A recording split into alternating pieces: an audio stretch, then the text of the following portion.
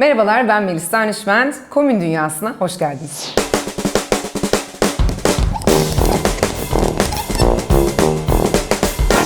Müzik, tiyatro, sinema, plastik sanatlar, şehirde neler oluyor hepsi birazdan benimle birlikte sizlerle.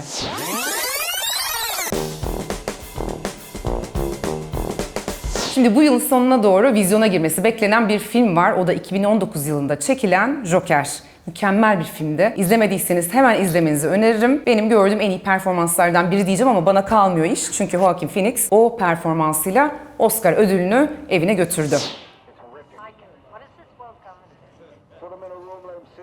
Şimdi bu film yani 2019 yılındaki Joker'in devamı Joker Folie à Deux Kasım ayında ya da Aralık ayında gösterimde olacak. İşte bu film çok meraklısı olan, çok beğenilen bir film. Daha doğrusu ilki öyle, ikincisi de merakla beklendiğini söylemiştim zaten. Türkçe'ye de Joker ikili delilik olarak çevrildi. Burada da Sezen Aksu'ya bir gönderme yapıldığına eminiz tabii ki. Artık hayatımdan çıksan diyorum, bu ikili delilik sona erse. Yabancı filmlerin Türkçeleştirildiği anlarda kelime oyunları ya da göndermeler olabiliyor. Oradan da kaynaklandığını düşünüyorum. Bu durumda filmin hikayesinin Joker ve Harley Quinn ilişkisinin etrafında şekillenmesi bekleniyor. Yönetmen koltuğunda yine Todd Phillips var ve bir sürpriziyle aslında çoktan belli. Filmde Lady Gaga oyuncular arasında.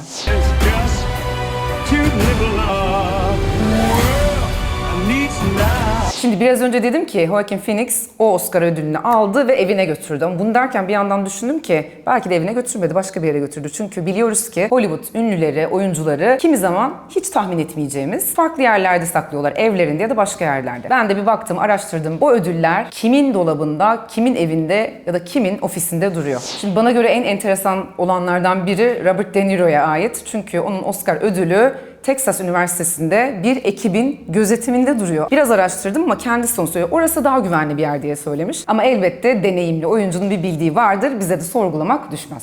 Mesela yine en ilginçlerinden biri de Kate Winslet ve Jodie Foster'ın ödüllerini banyolarında saklamaları. Şimdi ben o eve misafir gitsem ki tabii ki imkansız bir şeyden bahsediyorum. Girsem tuvalete ve bir elimi yıkamaya kalksam şöyle düşünün yani kenarda o Oscar duruyor. O öyle anıt gibi duruyor ve ben de öyle ellerimi yıkıyorum ona bakarak. Bence güzel bir fikir. Yani bunu ben garip bulmadım. Gayet iyi olduğuna karar verdim şu anda. Enteresan demekten vazgeçtim. Evet, gayet güzel bir fikir. Gwyneth Paltrow'inki birazcık da böyle hafif hüzünlü bir tarafı var. 1998 yılında Shakespeare in Love'la bu ödülü almıştı. Birazcık da ne yalan söyleyeyim tartışılmıştı. Yani elbisesi çok konuşulmuştu. Belki hatırlarsınız, pembe ince askılı. Çok güzel bir elbiseydi. Bunun yanı sıra ödülü onun alması da o dönemde işte birazcık tartışılmıştı. Bu Oscar'ı hak etti mi, hak etmedi mi diye.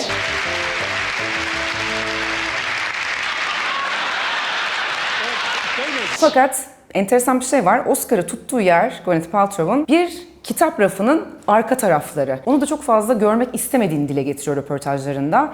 Hem diyor ki birkaç sene sonra babasını kaybettiği için benim için zor bir dönemde o dönemleri hatırlatıyor. Ama bana sorarsanız alt metnini biraz okumaya çalışınca o hak edip hak etmeme tartışmalarından ötürü sanki ödülü, ben de sanki psikolog gibi konuşuyorum şu anda ama uzaktan, sanki onunla ilgili bir çekincesi varmış gibi geldi bana. Yani bana geldi, kesin doğrudur.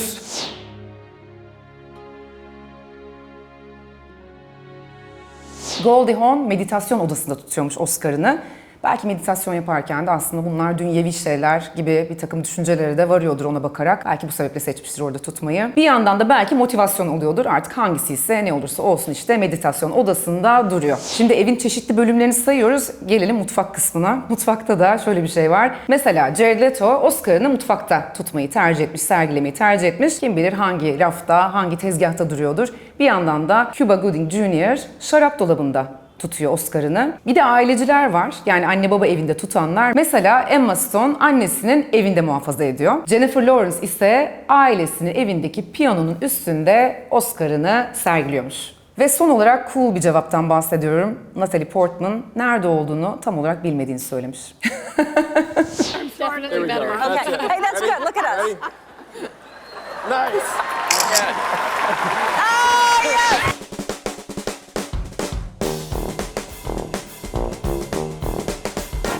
Merhabalar, şu anda Cat Museum İstanbul'dayız. Burası çiçeği burnunda ya da patisi burnunda da diyebiliriz bir müze. 5 ay önce kapılarını açtı ve gördüğünüz üzere minnoş bir sürü sanat eseri var. Kedilerle ilgili hem fotoğraflar hem sanat eserleri, tişörtler ve farklı pek çok obje var. Arkadaşlar bugün bu arada yara bere içerisindeyim. Gördüğünüz üzere maalesef sabah martıdan düştüm buraya gelirken. Ama olsun, hiçbir şey bizi durduramaz. Şu anda programımızı aksatamaz. Ne olursa olsun, talihsiz bir gün gibi başlasa da biz bunu olumluya çevireceğiz. Zaten çok güzel bir ortamdayız. O yüzden yara bereyi geçiyoruz. Programa devam ediyoruz.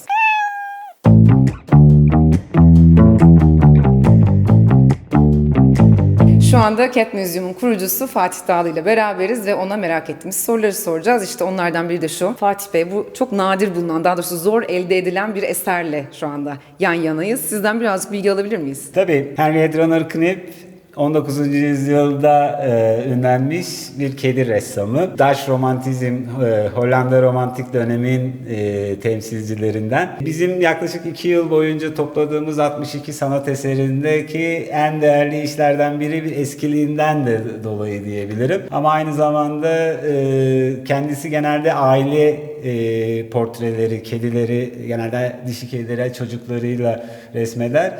Böyle tek kediyi resmettiği nadir işlerden biri. O yüzden de böyle tek başına bir maskot gibi olsun istedik. Topladıklarımız eserlerin bizim için en değerlisi diyebilirim. O zaman biraz daha gezelim, sizden bilgi alalım, olur mu? Elbette. Tamam. Cat Museum İstanbul'un aslına bakarsanız hedefi çok basit. Bunu zaten bilmeyen yok. İstanbul bir kediler şehri, işte kedi başkenti, her şeyi söyleyebilirsiniz. İstanbul'da insanlardan sonra en fazla yaşayan canlı grubu kediler. Hayalimiz İstanbul kedi ve sanatı birleştiren bir proje. Cat Museum projesini bütün İstanbullulara ve dünyaya kazandırmak. Hedef de çok basit. Dünyanın en büyük kedi temalı sanat eseri koleksiyonunu Kediler Şehri İstanbul'da muhafaza etmek ve insanlara göstermek. Amaç kedi temalı sanat eserlerini gösterirken kimi zaman kedi araç olacak.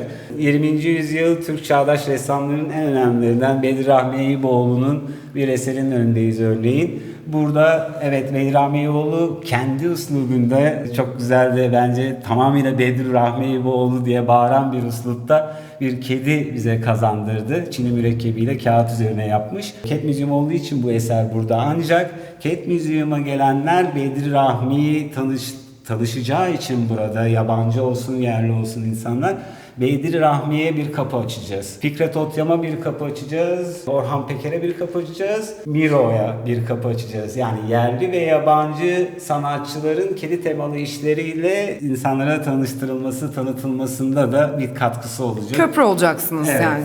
Şu anda yine çok özellikli bir yerdeyiz. Sizden bilgisini alalım. Evet, burada Louis Bey'in kendi el imzalı kurşun kalem çalışması var. Louis Bey 1900'lerin başında çok aktif. Ama bir illüstratör, bir çizgi romancı, bir karikatürist olarak çok aktif. Müthiş bir mizahı var. O yüzden yalnızca çizim yapmıyor, tekste yazıyor. Onun gazetelerde çıkmış çok özel işlerine de sahip olma fırsatımız oldu. Daha fazla projemiz olacak. Tıpkı... Onlar da şöyle olacak diye anlıyorum ben bir yandan. Burası geçici bir yer olduğu için. Evet. Siz aslında 3 katlı çok daha büyük bir yere taşınacaksınız ve farklı başka sanatçıları da orada konuk edeceksiniz, değil mi? Kesinlikle. Yine çok basit bir şekilde şöyle anlatayım. Cat Museum İstanbul ana binası aslında eski Galata olan Perşembe Pazarı bölgesinde, Karaköy'de olacak. Şu an orası restorasyon projesi kapsamında, içine giremiyoruz ama çok heyecanlıyız. Asıl son haline müze orada gelecek. Son halde değil, bu müze organik bir müze. Sürekli eser toplayan, artık kedi temalı eser, dünyada kedi temalı eser ve sanat akla geldiğinde ilk danışılacak, bakılacak bir nokta konumuna gelene kadar toplamaya devam edecek.